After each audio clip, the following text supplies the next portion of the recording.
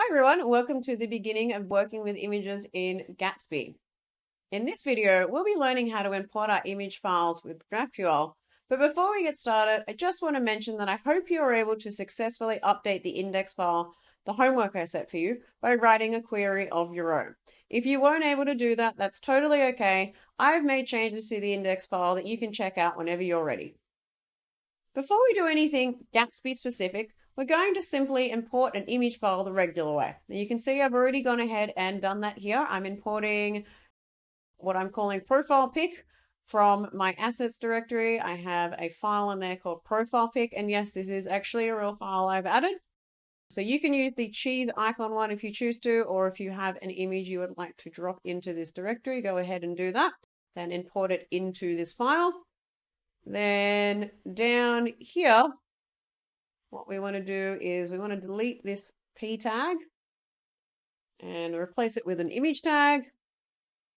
And then two attributes it needs is source. And we're going to set that to our profile pic. And then we're going to add an alt attribute, and we're just going to set that to an empty string for the time being. Okay, let's have a look at that in the browser. There's our image and everything looks okay. So this certainly works. But what if we're after an easy way to have some control over image optimization on our site? If not handled correctly, images can really have a negative impact on page performance, SEO, and overall user experience. We've all been to those sites where it takes forever for an image to load. But thankfully for us, thanks to some Gatsby plugins and GraphQL, optimizing images on our blog is going to be a breeze. To get started down the path of image optimization, we'll need to install two plugins, so let's head over to the terminal. Okay, so I want you to go ahead and install these two plugins. I already have them installed, so I won't be running this command. The first plugin we have here is Gatsby Transformer Sharp, which will allow us to query images with GraphQL. And the second plugin here, Gatsby Plugin Sharp, uses the Sharp image processing library that will allow us to easily compress and resize our images. Okay, now as always, you'll install those plugins and then we'll need to update our config. Okay, so you can see in Gatsby config, I've gone ahead and added those plugins you just installed. They're nice and easy. There's no options that I'm setting for either of these, and I've just dropped them in below our Transformer Remark plugin.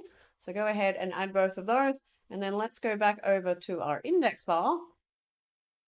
And you can see here that I've gone ahead and updated our GraphQL query at the bottom of the page here.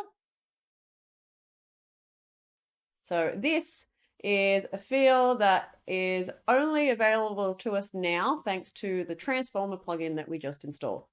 So here we're setting the file path to match profile pic.png. So if you added a file that has a different name, make sure you set that correctly. Then we're querying the field child image sharp, and in here querying the fluid field and setting a max height and width. The alternate option here is to use fixed instead of fluid, so feel free to play around with this query to figure out what works best for you. And then finally in here we are using the spread operator, so the three dots there, to pull in all of the fields that are available to us. We're doing this because there's a number of properties available here and we want all of them. We don't want to have to specify them all individually. So this allows us just to pull in all of them all at once. All right, now let's head up back here inside of our render function and we're going to add a new variable. And we're also going to delete this because we don't want to use that import anymore. We've updated our query. So now we can access that image in here. So let's create a variable called const profile pic, so same name. All right, and we're setting that to data dot profile pic dot child image sharp dot fluid dot source. All right, now we're setting it to dot source. This is only temporary. We're actually going to change this in the next video. As I said, Fluid has a number of properties available to it, all of them. We can't actually do that right now with the way we're working in this video. This will change in the next one. All right, let's go back over to the browser and make sure that our image is still rendering as expected. Perfect. The same image is coming through, but now thanks to GraphQL and the 2 plugins we just installed, it now has some optimization thrown into the mix. Transformer Sharp allowed us to query the image, and plugin Sharp allowed us to have control over image sizing.